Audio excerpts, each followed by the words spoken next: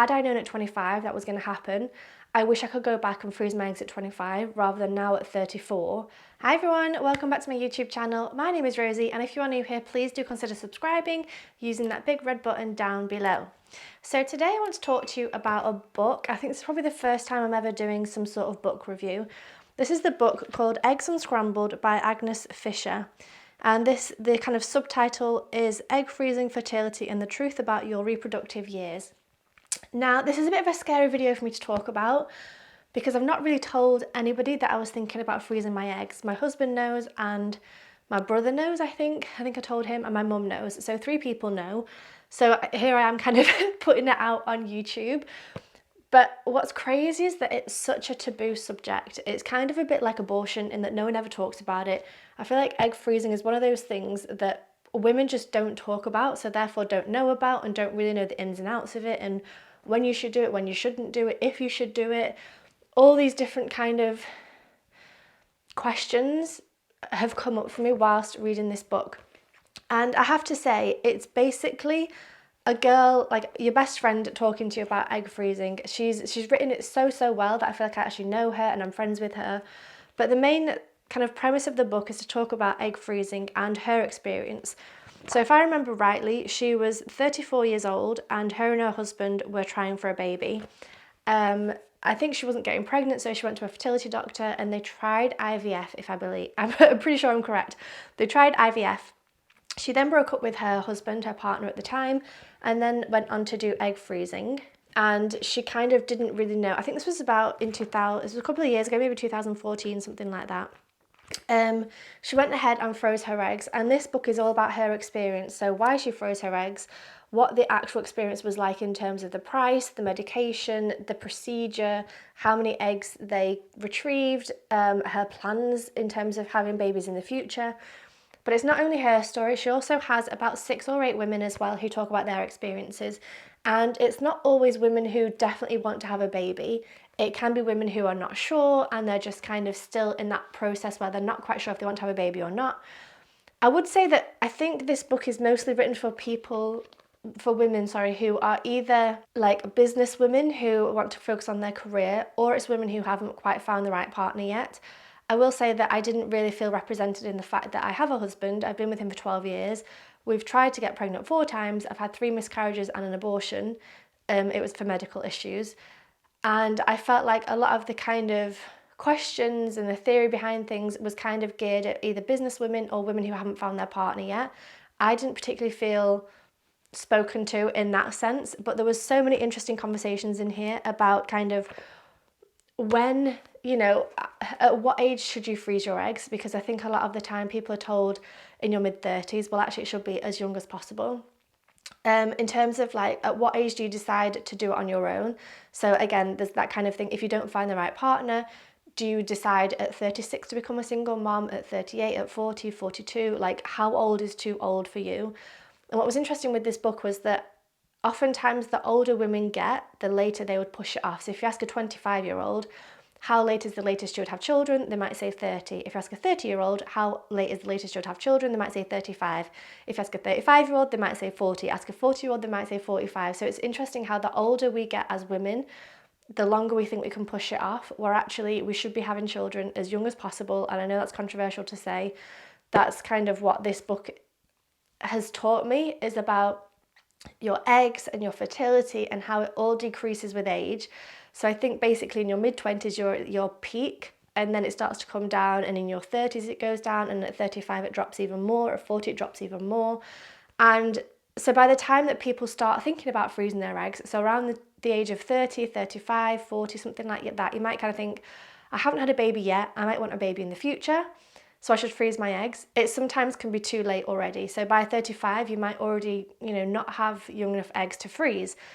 And it's crazy that I'm 34 and I'm thinking about freezing my eggs, and I've just learned that it might already be too late for me. Like, how is this information not readily available to everybody? So I honestly think this book should be read by everyone, honestly. Like, whether you're a woman, a man, gender non-conforming, non-binary, gay, straight, lesbian, bi, whatever it is, I think you should read this book. I think it's so important for people to know about the options for their eggs and for their fertility. It also talks about lots of different statistics. I bet I won't be able to find any now. It talks here about kind of women's fertility problems and what happens with women, and also men's. I didn't know that men's sperm decreases with age. So it says that men older than 35 had a 50% lower chance of conceiving within 12 months than men 25 and under.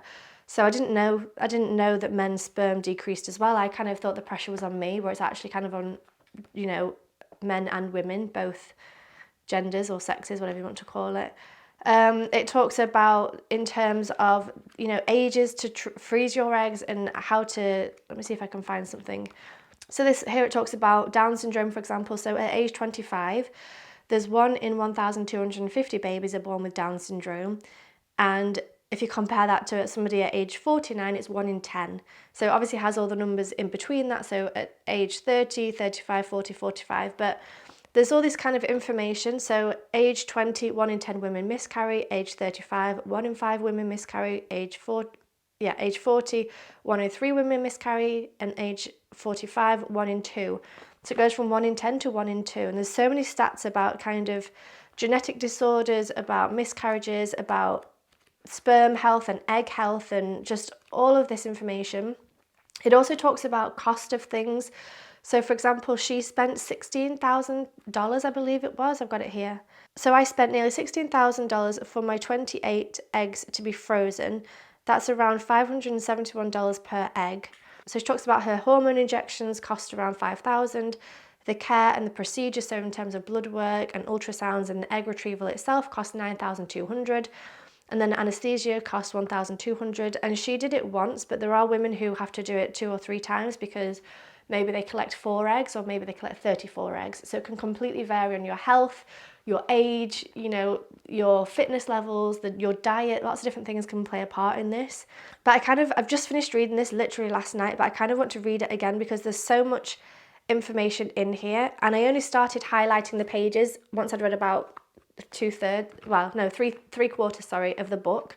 So I've highlighted certain parts towards here. But yeah, it's just I just think it's so important that women know. For example, you know, even if you freeze, so it says here, if you freeze 28 eggs and then 21 of those eggs get thawed, 40% will become implanted embryos, which is about 8 embryos. If they transfer 1 or 2 embryos and then freeze the rest for later, at the age of 37, a 36% chance that the first embryo results in a live birth. It will probably take 3 transfers to work. So if you're 37 years old and you freeze 28 eggs, you might have to implant 3 times. Like, that is scary. That is real stuff. That's like real numbers. So I just found this book so fascinating. And it's one of those that, like, you might think, oh, I never want children, so I don't want to bother. Never say never. First of all, I've learned the hard way that life can throw a load of shit at you and you can completely change your mind, and life does a complete 360 and you have no idea what you're doing anymore. But also, I kind of think that women should be talking about this from a younger age. Like I said, I'm 34 and I'm now considering egg freezing. I remember I thought about it when I was about 25. I thought, oh, I wonder if I should egg freeze, you know, it could be something, you know, you never know about what the future might hold. And I thought, no, don't be silly, you'll be having kids soon. And then obviously I tried to have, I got pregnant my first time in 2016, so I was 28. That ended in a miscarriage. I then got pregnant again. I had an abortion due to medical issues. Then I got pregnant again in 2019, had a miscarriage, and then 2020 had a miscarriage. So I've had 3 miscarriages and an abortion in the space of about 4 or 5 years. And had I known at 25 that was going to happen, I wish I could go back and freeze my eggs at 25 rather than now at 34.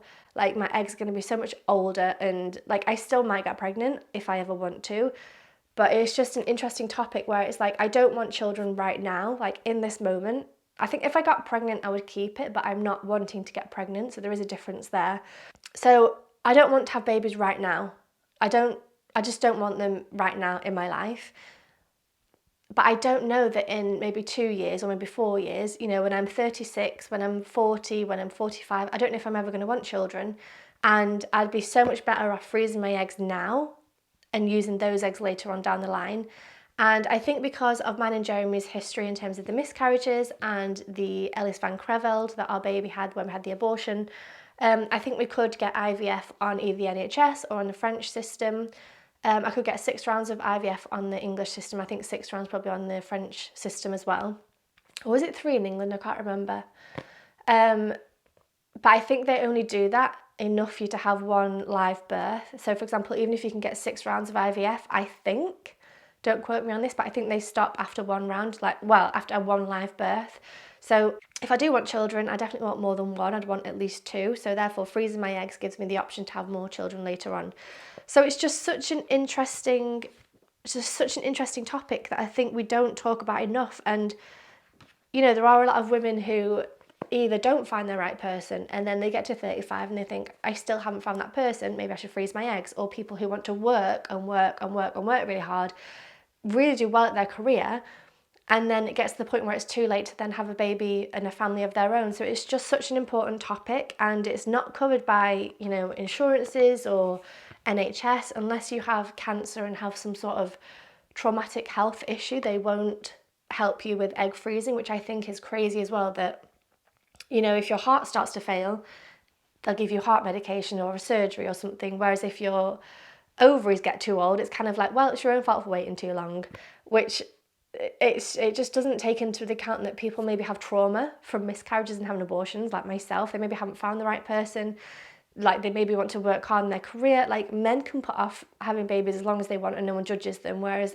women, you know, if you get to a certain age and you haven't had children, it's a bit like, what's wrong with you? Why, you know, when are you having children? Why haven't you got children? And it's almost like that's what women are worth, is to be baby makers, honestly, a lot of the time. So it's just, I just think this book has been incredible to talk about so many different issues on egg freezing, like so many stats. And like I said, it's not just her advice, it's also, there's a couple of, about 8 women, I think it was, talking about their experiences and why they froze their eggs, what they would recommend, their procedure, and all the different reasons as well behind it. So it's just, yeah, honestly, I've not done a book review before, and it's scary for me to talk about this because it's something quite personal to me. And like I said, I haven't really told anyone that I'm thinking about freezing my eggs. But I do think this is a book well worth reading. If you're in your 20s or even your 30s, no matter what age you are, if you think at some point you might want children, I'd recommend considering freezing your eggs. I'd recommend definitely reading this book and thinking about it. Because like I said, had I known this was all going to happen, I would have frozen my eggs at 22, would have frozen my eggs at 25, would have frozen my eggs at 28. All of that would have been better than now doing it at 34. So yeah, just if you think you want to have children in the future, please read this book. If your wife wants to have children in the future, if your partner, if you're a man and you want to have children in the future but you don't have a woman yet, like a wife or somebody to have babies with, recommend reading this book. You can learn about your sperm, you could learn about, you know, women's fertility, men's fertility, and I just think it's such an important book for people to read. I don't know, I've just learned so much from this book. So yeah, I know this is a bit of a random video, talking about egg freezing all of a sudden, but it might be part of my journey at some point soon. We'll see. So that's the end of this video. I hope, I don't think it was informative at all, but I hope I've inspired you to pick up this book. It really is like your best friend sitting down talking to you about egg freezing, giving you advice, giving you information, like giving you practical information as well, like what to ask for when you go to the doctors, what kind of levels you need reading. It talks about different levels of hormones and what's good and bad and low and high, and the pills, the medication, the actual procedure. She talks about so much, in as well as kind of the social issues in terms of what age should you do it? Should you do it on your own? What happens to your eggs if you freeze them but then you don't use them? Do you donate them to science? Do you donate them to another couple? Or do you just simply get rid of them? What's the ethics behind that as well? Do you freeze embryos versus eggs? Like, there's just so much to think about, and there's so much more in here than I ever thought I had to think about and that I had to consider. So I highly, highly, highly recommend this. If you haven't noticed, highly recommend it to everybody to read. It has been really, really informative and I've really enjoyed it. I think I'm actually going to read it again probably soon, just to kind of refresh and highlight some of the things at the beginning that I didn't get around to highlighting. Anyway, that's it for this video. I hope you enjoyed it. I'll leave the link to this down below in the description box from Amazon. The link should work kind of worldwide, so go ahead and shop this book to support her as well. And yeah, let me know in the comment section down below if you've ever thought about egg freezing, if it's something you would do, if you would not do it, do you agree with it, do you not agree with it? Have you frozen your eggs before? Let me know. I would love to talk to you. I'll probably have some questions for you. So yeah, I hope you enjoyed this video. Thank you for watching, and I'll see you very soon. Bye.